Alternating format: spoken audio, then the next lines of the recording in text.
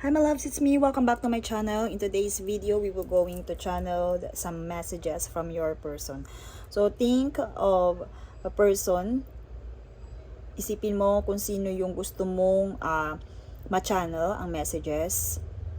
And before we move on to our reading, I would like to invite you to follow our other social media platform like our IG account. Kung makikita nyo po, nandyan na rin po sa ating links.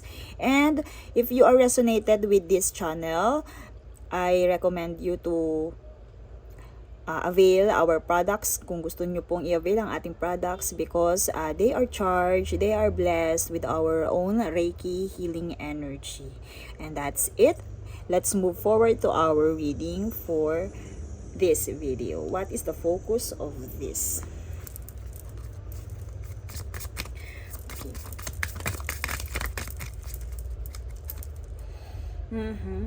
Range, ready to explode. Ready to explode. Pressure cooker. What is that? Ready to explode. You are dealing with someone na, kumbaga, alam niyo yung pressure cooker? Okay, di ba pag yung pressure cooker, oh my gosh, okay. Pressure cooker, di ba pag okay ng pressure cooker, napakaingay niya. So, this energy also radiates communication. Communication.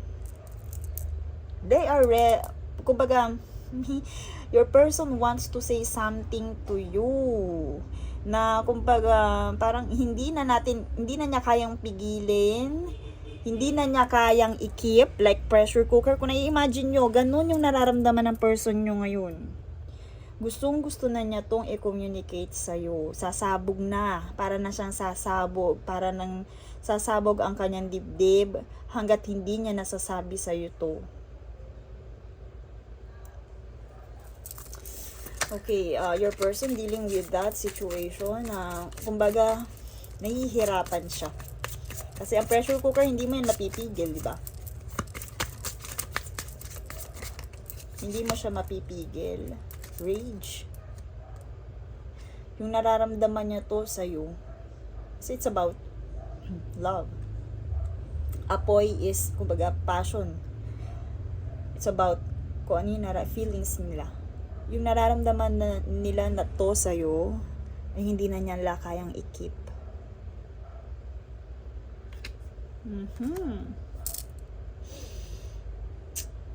They are eto, water and ganda na fire and water. Maybe may nangyari sa inyo sa past na ngayon ay kumbaga nawalan siya ng chance na i-open sa'yo yung mga bagay-bagay na ikinip lang niya ng matagal and kumbaga para na siyang sasabog dahil hindi niya to ma-communicate sa'yo. And they are, sabihin natin, dahil hindi nga na to ma-communicate, they want chances para masabi to. May nangyari. Kumbaga kung they are begging for something. Pero sa nakikita ko dito,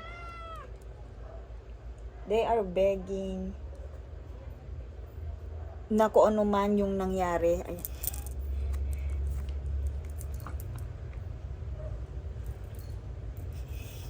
They are begging na mangyari pa, kumbaga mabigyan pa ulit sila ng chance.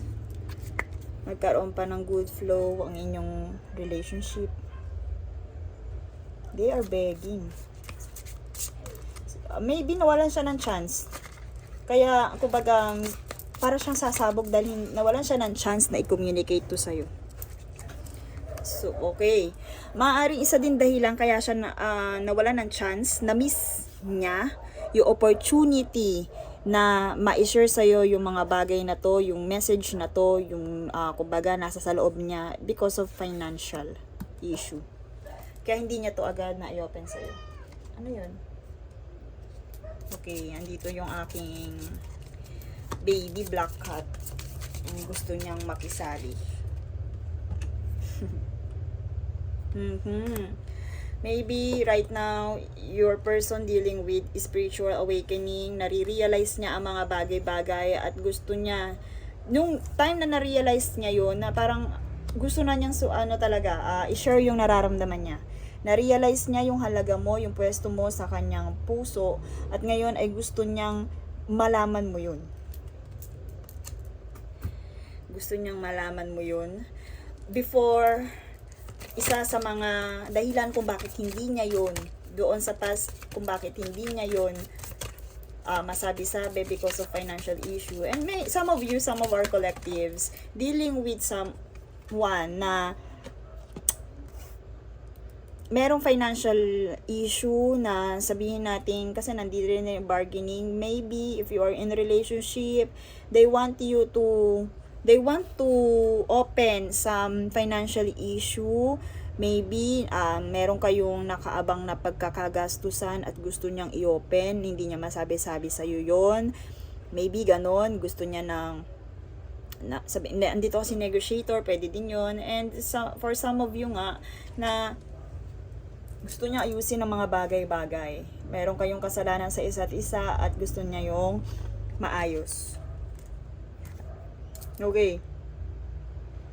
And isa sa ito, kumbaga na-realize ng taong to, yung mga moment na magkasama kayo. Anak nyo, na-realize nila na, eto, because of this awakening, na-realize nila yung pinalagpas nilang mga bagay na yun because of this issue. Na wala siyang ibang naramdaman, na special moment na nagbigay sa inyo, sa kanila ng joy, kundi yung moment na kasama ka.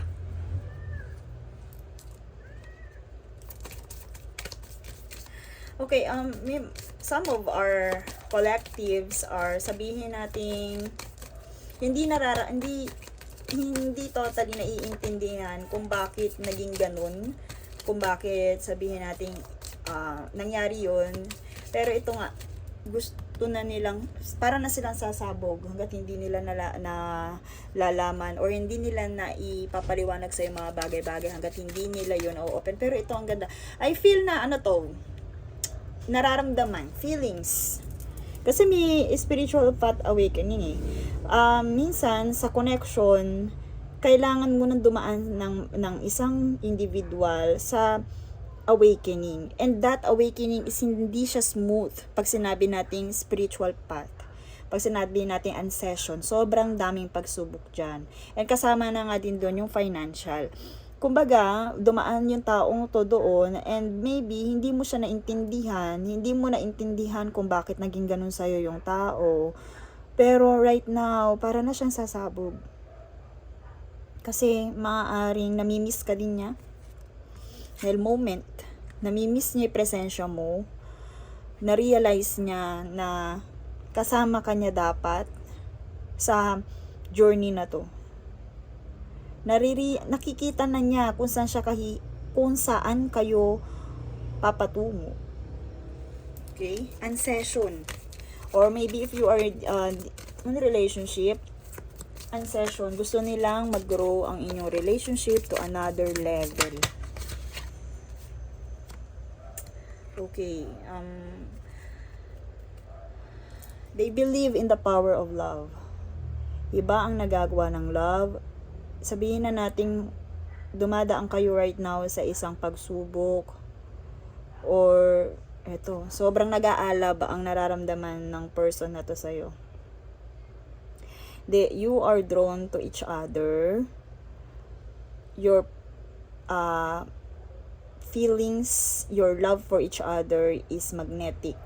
Kumbaga, kahit anong iwas ang gawin ninyo, lagi nandun yung pagmamahal na yun. And minsan, siguro, some of your specific collectives, some of you baka nagkakaroon ng yung heartache, yung parang biglang sasakit ang inyong dibdib, pwede yun, because Your love is like a magnet na pag naaalala nyo isa't isa, parang nagkakaroon ng kirot sa inyong puso. Pwede yun because of the connection.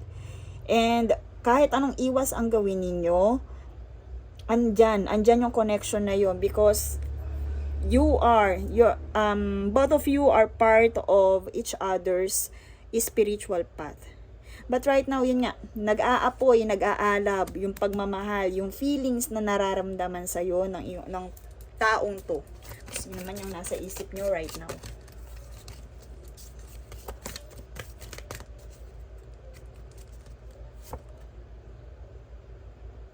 Okay. Previously, your person is trapped with an illusion, with a fantasy. Sabihin natin, with mundane.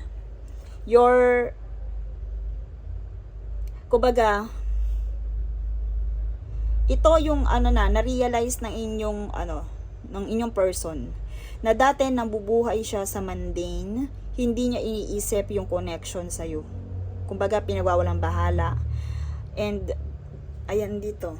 Mundane, nandiyan yung 3D, more on sabihin natin, money, career, and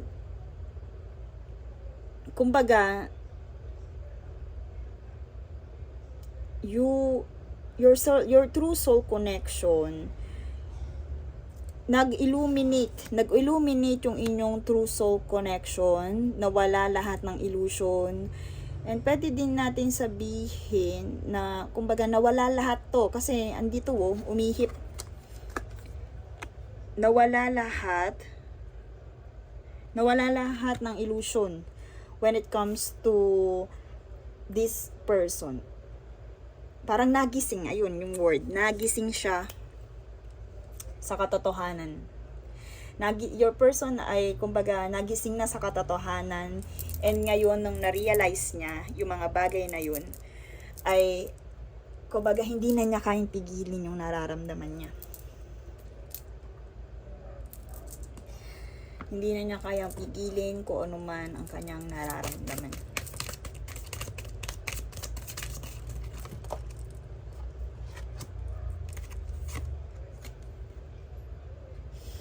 Okay. They realizes na it is safe. Ito na yung time para magmahal siya. Nagising na siya sa katotohanan.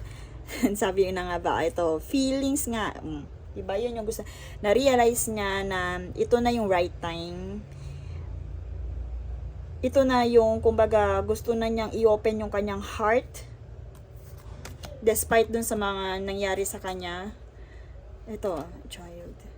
Yun, despite dun sa mga nangyari sa kanya, they realizes na ito na yung right time para i-open ang kanyang heart. Makapag-give and take ng, with love. Okay, give and take. Dati hindi siya open sa love. Pero once thing is for sure, nag-aalab ang nararamdaman niya sa'yo. And na-realize niya na ito na yung right time. What else? Nare-realize na niya yun. Sure siya sa nararamdaman niya. Hinahanap-hanap niya ang presensya mo. Nagising na siya sa kanya, sa katotohanan na kailangan niyang ng taong kagaya mo sa buhay niya.